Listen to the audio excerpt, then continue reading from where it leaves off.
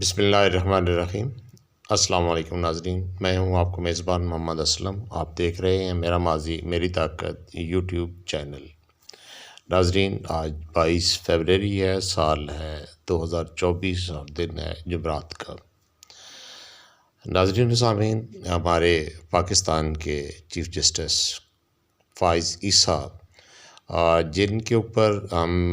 سارے دیکھ رہے ہیں کہ ایک عرصے سے ان کے اوپر نظر ہم سب کی،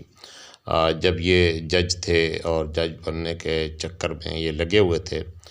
تو تب بھی اور آج انہوں نے اپنی جو حرکتیں تھیں وہ ساری کی ساری سامنے کر دی ہیں۔ ہم ان کے جو پولیٹیکل فیصلے ہیں ان پہ شاید بات کریں یا نہ کریں، کیونکہ اس میں ہو سکتا ہے انہوں نے کچھ پیسے ویسے لیے ہوں نہ لیے ہوں، یہ معاملات ان کے اور ان کے اللہ تعالیٰ کے درمیان میں ہیں۔ مگر آج جو ایک بات سامنے آئی ہے وہ یہ آئی ہے کہ انہوں نے قادیانیوں کو جو ہے وہ اپنے مذہب، اپنی سوچ، اپنی فکر کی اشاعت، نشر و اشاعت اور ترقی کے کرنے کے مواقع جو ہیں ان کی اجازت دی ہے۔ فائز عیسیٰ، آپ جج ہیں، آپ جو بھی ہیں، آپ جیسے بھی ہیں، آپ کا جو بھی کنڈکٹ رہا وہ آپ کا اور آپ کے اللہ تعالیٰ کے درمیان تھا، مگر یہ معاملہ اس قسم کا ہے کہ جس میں آپ اس معاملے کو اپنی ذات کے ساتھ نہیں منسلک کر سکتے۔ آپ سوچ بھی نہیں سکتے کہ جتنا ہم حضور پاک صلی اللہ علیہ وآلہ وسلم سے محبت کرتے ہیں، آپ یہ اپنے ذہن سے نکال دیں۔ ایک طرف ہم سب امتی جو حضور پاک صلی اللہ علیہ وسلم کی امتی ہیں، حضور پاک صلی اللہ علیہ وسلم ایک لحاظ سے ہمارے والد محترم بھی ہیں۔ آپ کس قسم کے بے اولاد ہیں جو ہمیں سبق دے رہے ہیں کہ حضور پاک صلی اللہ علیہ وسلم کی نبوت یعنی ہماری ولدیت کو چیلنج کرنے والے شخص کی ترقی اور ترویج اور اشاعت کا اجازت دے رہے ہیں۔ ہم سوچ بھی نہیں سکتے کہ آپ اس قسم کا سوچ رہے ہوں گے۔ آپ نے اس سلسلے میں اگر کہیں سے کوئی گٹھ جوڑ کیا ہے، کہیں سے کوئی پیسے لیے ہیں، تو آپ اللہ تعالیٰ سے معافی مانگیں، حضور پاک صلی اللہ علیہ وسلم سے معافی مانگیں۔ ایک بندہ جس کا والد ہوتا ہوا، اس کا والد زندہ ہے اور اس کے ہوتے ہوئے کوئی دوسرا شخص دعوے دار ہو کہ ہاں آپ کی امی کا میں بھی قسم ہوں، تو آپ برداشت کر سکتے ہوں گے، ہم برداشت نہیں کر سکتے۔ نہ حضور پاک صلی اللہ علیہ وسلم کی ذات مبارکہ جو ہے وہ فوت ہوئی ہیں، نہ وفات پائی ہیں، نہ ان کی جگہ پہ ہم کسی دوسرے کو اپنا والد بنا سکتے ہیں۔ یہ جس وقت تمہاری ایک معمولی سی تنخواہ لینے والی بیوی نے لندن میں فلیٹ لیے تھے، تب بھی مشکوک ہو گئے تھے تم کہ وہاں پہ تمہارے پاس آمدن کیا ہے، کن پیسوں سے لیے تم نے وہ فلیٹ۔ ان کا جواب دینے کے لیے کر رہے تھے کہ پاکستان میں رہنا گٹر کے برابر ہے، کہ ہم گٹر میں رہتے ہیں، تم اس وقت گٹر میں رہتے تھے۔ پھر ہم نہیں دیکھ رہے تھے کہ جب تک وہ بندیال یہاں پہ بیٹھا رہا ہے تم نے کام نہیں کیا، اور جب سے گیا تم نے اپنے لچھن نکالنے شروع کر دیے ہیں۔ ہم سارے کے سارے سمجھتے ہیں، ہم جو تمہارے اٹھے ہوئے پاؤں تھے ان کو دیکھ رہے تھے کہ یہ کس سمت جا رہے ہیں۔ آج تم نے اپنے سارے کے سارے وہ ارادے ظاہر کر دیے ہیں کہ تم اصل میں کرنا کیا چاہ رہے ہو۔ اس وقت جب کہ کسی قسم کی کوئی حکومت نہیں ہے پاکستان میں، اس وقت کے جب سارے کے سارے ادارے جو ہیں وہ کسی آنے والی حکومت کے انتظار میں ہیں، تم نے وہ کلاڑا چلایا ہے جس کی تم سوچ بھی نہیں سکتے ہو۔ جبکہ اس سے پہلے اسی پارلیمنٹ، اسی پاکستان کی عوام، اسی پاکستان کی عدالتوں نے ان کو کافر قرار دیا ہے۔ آپ کیسے ایک ہی مقدمے کے اندر آپ نے ایک خاتون جس کے بارے میں قرآن پاک کہتا ہے کہ اس کی آدھی گواہی ہوتی ہے، جج بن گئی ہے تو ٹھیک ہے، لیکن ہم اپنے جو قرآن پاک کے اندر آپ کو یہ تو نظر آ گیا ہے کہ کسی قسم کا کوئی جبر نہیں ہے، تو جہاں پہ آپ کو وہ آنا خاتم النبیین والی آیت ہے وہ کیوں نہیں نظر آئی؟ وہاں پہ اندھے ہو گئے تم؟ انسان ہو کیا ہو؟ ایک طرف تم قرآن پاک کے حوالے دے کے فیصلہ لکھوا رہے ہو، دوسری طرف تمہیں پوری کی پوری جو آیت ہے جس کے اوپر یہ سارے کا سارا ہماری پوری اسلام کی عمارت کھڑی ہے وہ تمہیں نظر نہیں آئی۔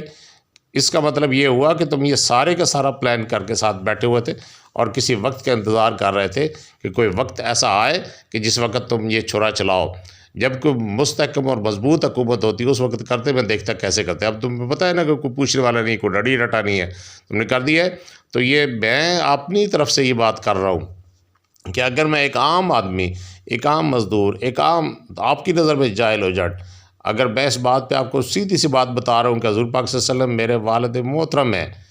اور اس میں کوئی شک نہیں ہے، اور ان کے ہوتے ہوئے میں کسی دوسرے کو اپنی ماں کا قسم بناؤں، تم بناؤ اپنی ماں کا قسم، تم اپنی بیوی کا قسم بناؤ۔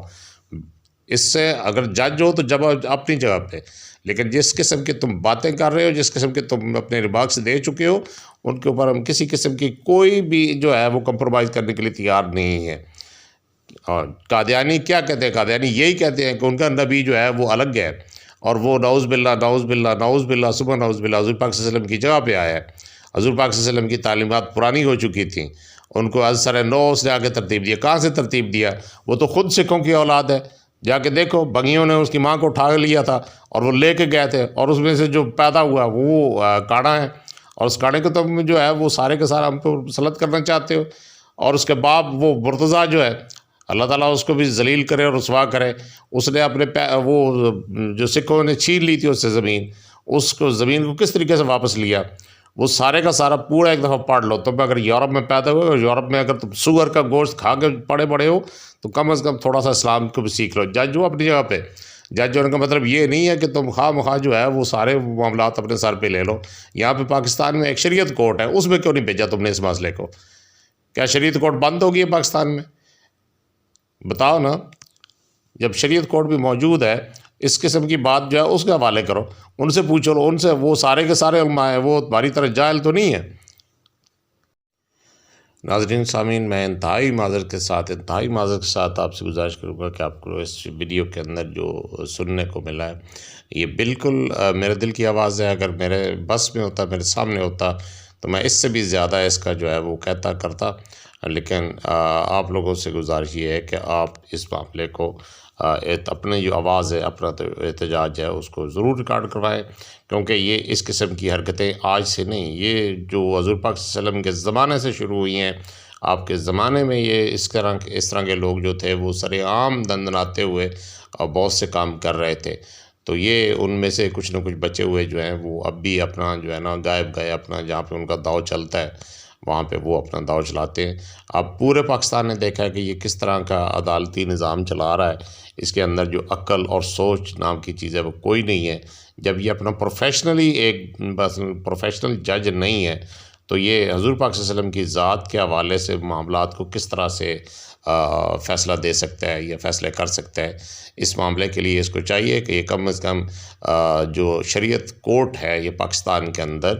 پوری کی پوری ایک عدالت ہے، شریعت کے حوالے سے اور دین کے حوالے سے معاملات کو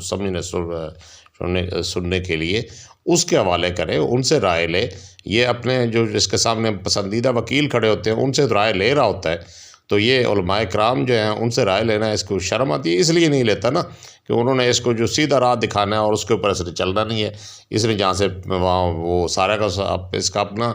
وہ برطانیہ میں جو لوگ رہتے ہیں ان کے نزدیک تو اللہ تعالیٰ کے بعد حاکمیت جو ہے وہ برطانیہ کی ہے اور بادشاہ کی ہے، تو اس کی بیوی اور اس کے سارے بچے وہاں پہ ہیں، وہ انہوں نے واپس جو اس نے بھی جو ریٹائر ہو کے ادھر ہی جانا ہے، تو یہ اللہ تعالیٰ کی حاکمیت کے بعد حضور پاک صلی اللہ علیہ وسلم کی حاکمیت کو یا عوام کی حاکمیت کو کس طرح سے قبول کرے گا، کس طرح برداشت کرے گا؟ یہ اس سوچ کے مطابق چل رہا ہے، اور اس سے کم از کم یہ جو ہے اس کے علم میں ہونا چاہیے کہ یہ اس طرح کی سوچ جو ہے وہ پاکستان میں قابل قبول نہیں ہے۔ ہم رہیں نہ رہیں، ہمارے بعد آنے والے بھی جو امتی ہوں گے خالصتاً حضور پاک صلی اللہ علیہ وسلم کے، وہ کبھی بھی یہ برداشت نہیں کریں گے، وہ چاہے آج سے 100 سال کے بعد ہوں یا 300 سال کے بعد ہوں یا ہزاروں سال بعد ہوں۔